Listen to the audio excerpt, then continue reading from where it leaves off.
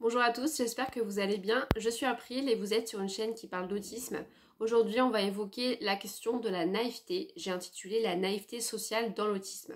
Alors cette vidéo, elle va parler de communication, d'intention d'autrui, de compréhension des implicites. C'est tout ça qui se cache derrière la naïveté. La naïveté sociale. Donc moi, on m'a souvent reproché d'être naïve. On s'est souvent un petit peu moqué de moi, honnêtement, voilà. Donc je voulais parler de ça, de la naïveté, du regard qu'on posait aussi sur la naïveté, comment la naïveté elle était perçue par la société, et puis comment la naïveté sociale elle s'exprime précisément dans l'autisme, et deux, trois petits conseils que je pourrais vous donner à la fin pour vous aider à gérer cette prétendue, parce que là encore, hein, c'est une prétendue naïveté.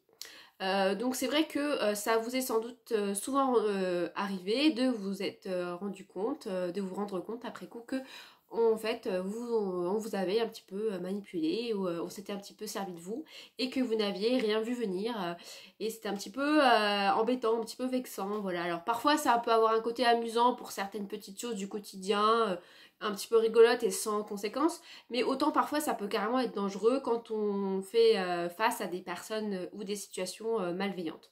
Donc il faut prendre conscience qu'on est des personnes vulnérables pour la majorité de la norme, puisque effectivement on a ces difficultés à décoder les signaux, et donc il faut être au courant de ça, informé de ça, et essayer un petit peu de compenser ces difficultés pour mieux se protéger.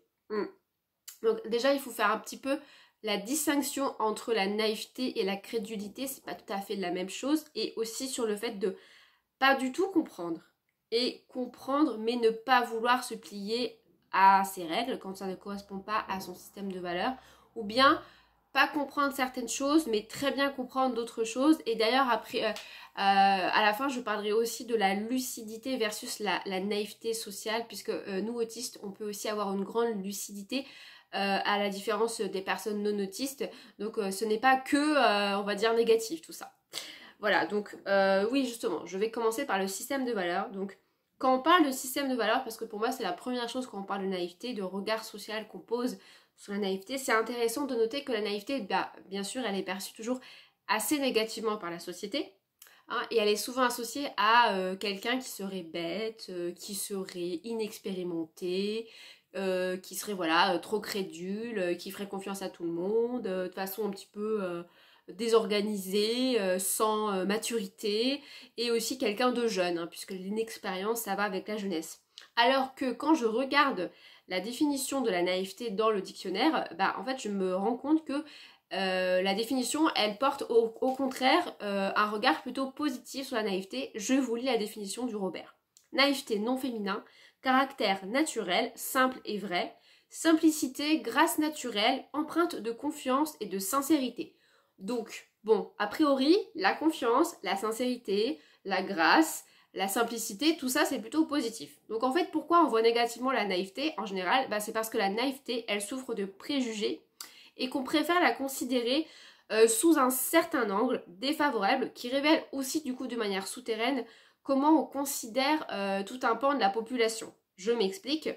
Associer la naïveté à la jeunesse, c'est considérer que la jeunesse est inférieure à des personnes plus vieilles ou moins jeunes, parce que voilà, associé à des personnes plus bêtes, parce que plus inexpérimentées, donc plus naïves.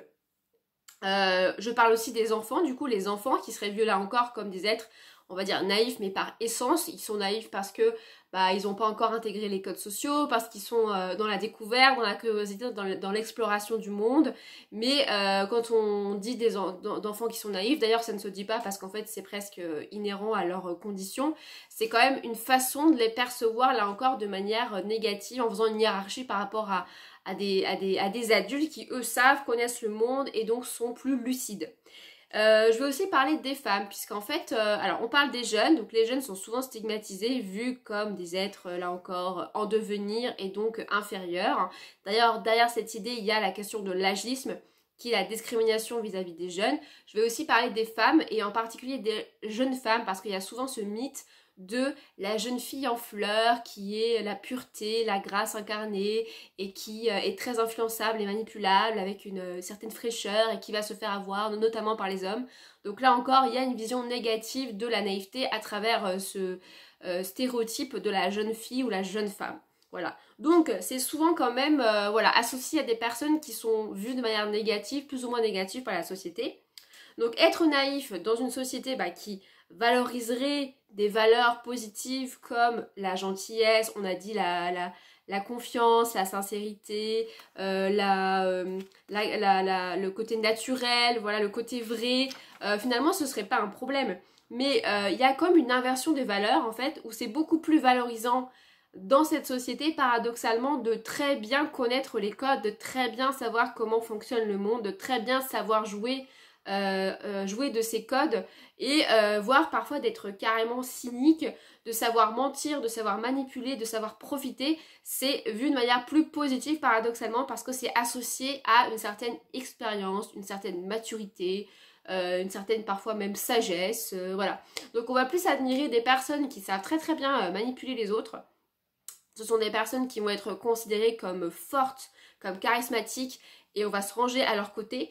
Alors qu'à l'inverse, on va souvent dénigrer les personnes dites naïves, on va les rabaisser, on va les mépriser, on va leur reprocher même leur naïveté, on va leur reprocher de s'être fait avoir souvent, au lieu de les protéger, de les soutenir et d'affirmer que ce qu'elles ont vécu, c'est inacceptable. Et donc il y a là encore une sorte d'inversion de la culpabilité, d'inversion de la responsabilité de la faute, et en cela ça rejoint un petit peu tous les mécanismes qu'on trouve dans les victimes d'agressions et de violences quelles qu'elles soient, où il y a toujours cette idée que la victime l'a un petit peu cherché, que c'est un petit peu sa faute quand même. Donc là encore on porte plutôt le regard sur la victime au lieu de responsabiliser la personne qui a mal agi. Voilà. Donc dans la naïveté, c'est les personnes naïves, c'est leur faute, elles ont qu'à être moins naïves aussi. Voilà, si c'était si simple, il n'y aurait pas autant de problèmes. Et par contre, les personnes qui jouent de notre naïveté et de nos difficultés, elles sont pas souvent pointées du doigt ou remises en cause. Et donc, c'est d'autant moins notre responsabilité à nous que c'est neurologique, entre guillemets, cette naïveté, puisqu'on peut être naïf par tempérament, parce que on n'a pas effectivement beaucoup d'expérience dans le monde, on a été trop protégé entre guillemets, mais là nous on est naïf aussi parce que en fait on a donc ces particularités autistiques qui nous rendent plus vulnérables que la moyenne, où on va avoir du mal à détecter les intentions d'autrui, le second degré, l'implicite, l'ironie. Et donc tout ça, ça va nous rendre vulnérables puisque les personnes en face vont s'en rendre compte et donc elles vont pouvoir, là encore, en profiter si elles ne sont pas très bien intentionnées. Voilà. Et après, bien sûr, à cela peuvent s'ajouter le tempérament, le vécu, voilà, l'expérience, voilà. Donc tout ce qui nous échappe dans la communication, malheureusement, ça peut ouvrir la voie à des comportements, voilà, malveillants. La plupart du temps, en fait, ce qu'il faudrait, je pense, c'est avoir une sorte de médiation, une personne de confiance, en fait, qui nous aiderait à expliciter certaines situations où on a du mal à y voir clair, à décoder certains codes sociaux pour que ça se passe de manière plus fluide avec les autres et pour qu'en fait ça rétablisse une sorte d'égalité dans la communication, voilà, que ce soit plus équitable et que du coup on ne se retrouve pas à être comme ça vraiment en grande difficulté avec de gros malentendus et au final beaucoup de souffrance, voilà, comme si là on laisserait la situation se dégrader. Malheureusement, je pense que si on avait en amont un petit peu décortiqué le truc, ça nous permettrait de vite rétablir le coche parce qu'au final, intellectuellement, en fait, on sait très bien comment se comporter. Hein. C'est juste que parfois, effectivement, il y a des petits couacs et que ça peut entraîner des situations après infernales et très difficiles pour nous. Alors, la naïveté maintenant, comment est-ce qu'elle se manifeste chez nous? Donc, j'ai parlé de système de valeurs, hein, donc effectivement que c'est lié à la façon dont le choix que l'on fait de la façon dont on se comporte dans le monde, les valeurs qu'on décide de mettre en avant dans le monde. Donc bien sûr tous les autistes n'ont pas les mêmes valeurs, hein, donc je vais parler de manière plus générale. Et là encore, cette vidéo n'est pas un exposé scientifique sur la naïveté, c'est plus une collecte d'informations, de réflexions que j'ai pu avoir au cours de mon parcours d'autiste, dont je partage avec vous. Voilà, donc il me semble que c'est lié, voilà, la naïveté à un système de valeurs, à des valeurs donc morales hautes, qui fait que on ne ment pas, on ne triche pas, on ne manipule pas les gens, on est plutôt honnête, on a envie d'être honnête, d'être sincère, vous voyez, c'est ça quand je parle de valeurs. Et donc ces valeurs, en fait, on va avoir tendance à les projeter sur les autres naturellement, à considérer que les autres partagent notre même système de valeurs, puisqu'on a effectivement cette difficulté à imaginer les états mentaux des autres. Et donc on ne va pas soupçonner, anticiper ou se protéger, se préparer à de mauvaises intentions, ce qui fait que la chute va être douloureuse. A contrario, il faut savoir qu'il y a des gens qui sont incapables d'imaginer à l'inverse le bon chez les autres, c'est-à-dire qu'ils sont incapables de se dire que des personnes sont gentilles pour être gentilles, ou des personnes sont généreuses pour être généreuses, parce que ça leur fait plaisir, voilà. Tout ça, c'est des qualités, des valeurs que les personnes vont avoir du mal à imaginer chez les autres, chez nous ou chez vous, et des personnes qui vont se positionner plutôt à travers une posture qui va être la posture de la méfiance, de la suspicion, on se méfie des gens, les gens ils ont des intentions, les gens ils cherchent à nous manipuler, les gens ils cherchent à profiter de nous, voilà. Et donc ils ont ce filtre un peu là qui frise la paranoïa, et d'ailleurs qui, soit dit en passant, doit être très très fatigant pour eux, hein.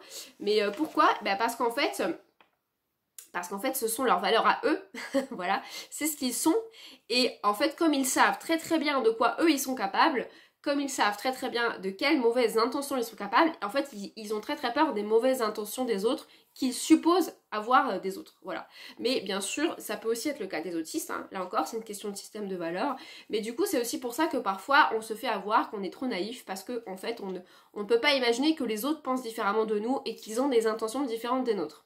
Donc les autistes aussi peuvent avoir des mauvaises intentions, ça dépend donc de leur système de valeurs, et ça les empêche pas d'ailleurs d'être naïfs sur d'autres sujets. Et d'ailleurs, petite subtilité, la naïveté sociale, elle peut aussi s'exprimer dans la manipulation chez les autistes, puisqu'en fait, les autistes qui vont avoir des mauvaises intentions et qui peuvent manipuler vont être du coup très très cash. Vous voyez, ils vont être très francs, très brutaux. Ça va pas être sournois, ça va pas être doucereux, ça va pas être enveloppé, ça va pas être souterrain, ça va se voir beaucoup.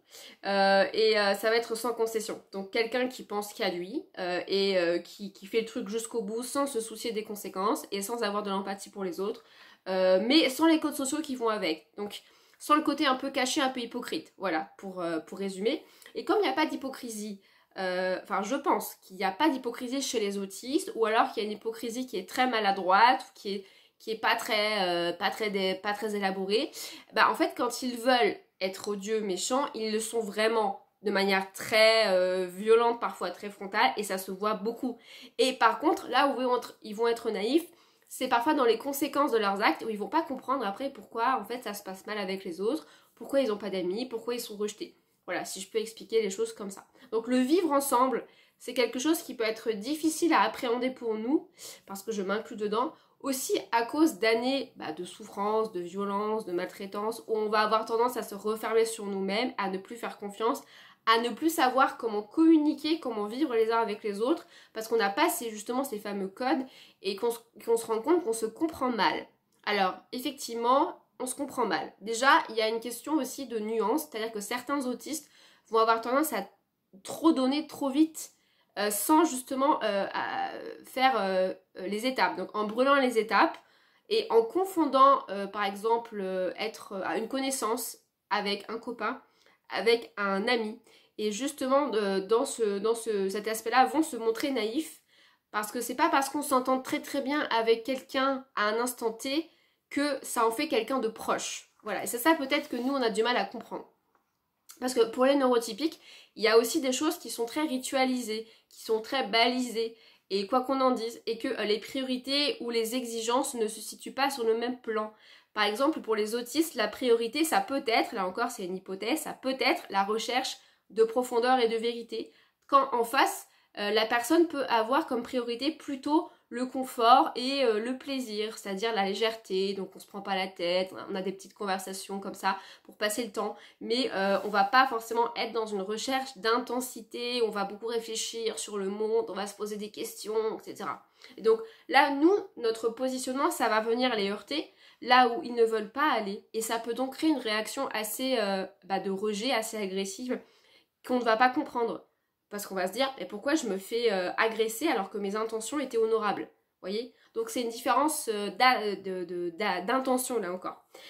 Pour les neurotypiques, la priorité, ça peut aussi être de trouver des gens avec lesquels constituer une sorte de tribu. Des gens qui sont dans le même jeu social.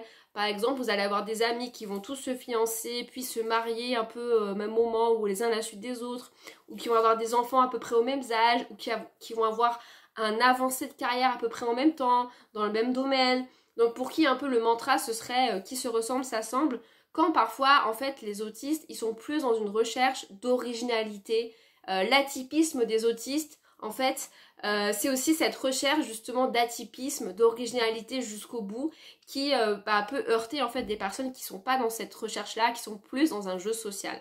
Donc la naïveté c'est ça, c'est de ne pas comprendre ces règles souterraines, la façon dont s'organise le monde, dont se hiérarchise le monde, dont le monde en fait c'est plein de petites bulles comme ça qui interagissent pas forcément les unes avec les autres, qui se connectent pas forcément tout de suite ou tout le temps. Voilà, et c'est comme ça. Et nous parfois on a du mal à comprendre ça, voilà, parce qu'on est très, parfois on est très cash, on est très spontané.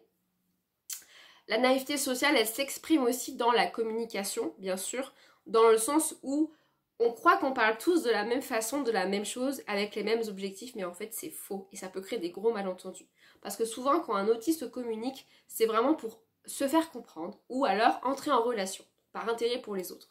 C'est-à-dire par intérêt de comprendre l'autre. Donc il veut parler avec quelqu'un parce qu'il veut connaître cette personne, il veut interagir avec lui, partager avec lui sa vision du monde. Quand l'autre en face, s'il a le filtre de la méfiance et de la suspicion dont j'ai déjà parlé, il va se demander mais qu'est-ce qu'il me veut celui-là ?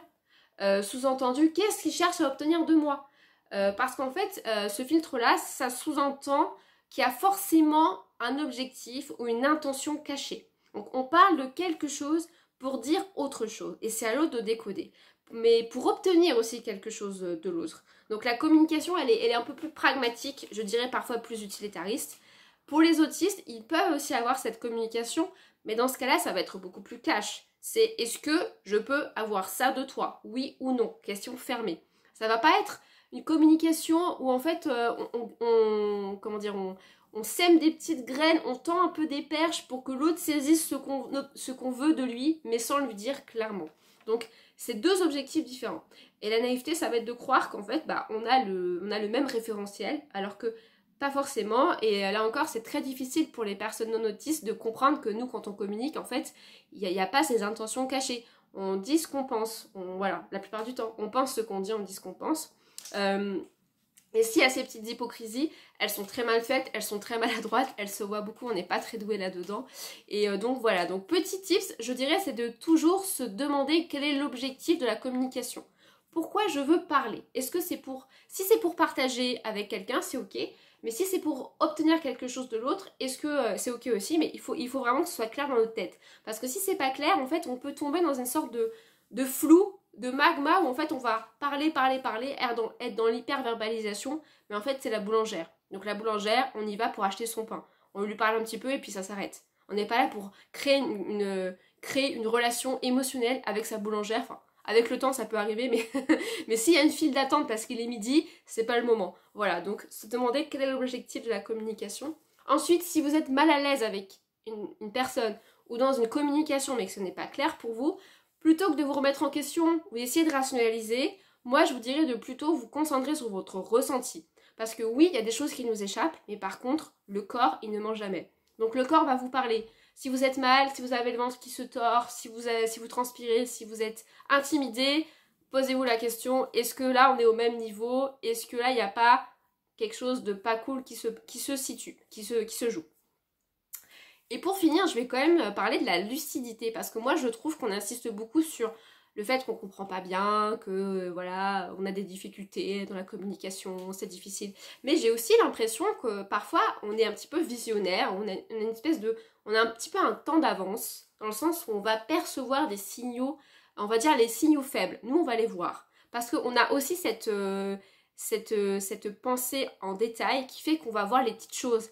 Les petites choses qui échappent aux autres, les micro-expressions, les incohérences, parce qu'on est aussi très sensible à la cohérence, à la logique, et donc on peut assez vite parfois se rendre compte qu'il y a quelque chose qui ne va pas, mais le problème c'est qu'on ne s'écoute pas parce qu'on rationalise, parce qu'on a besoin de preuves, parce qu'on doute de soi, parce comme on n'a jamais été validé dans sa vie, bah, c'est très difficile de se valider soi-même à l'âge adulte.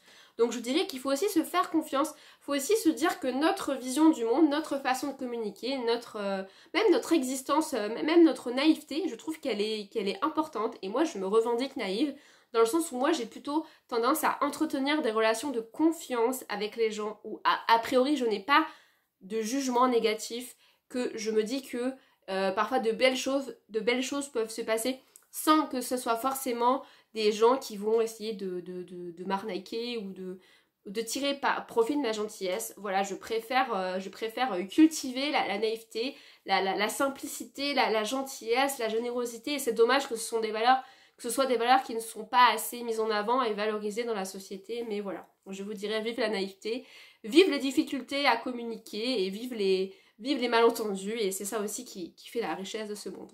Je vous dis à très bientôt et merci de m'avoir écouté. Ciao, bye bye.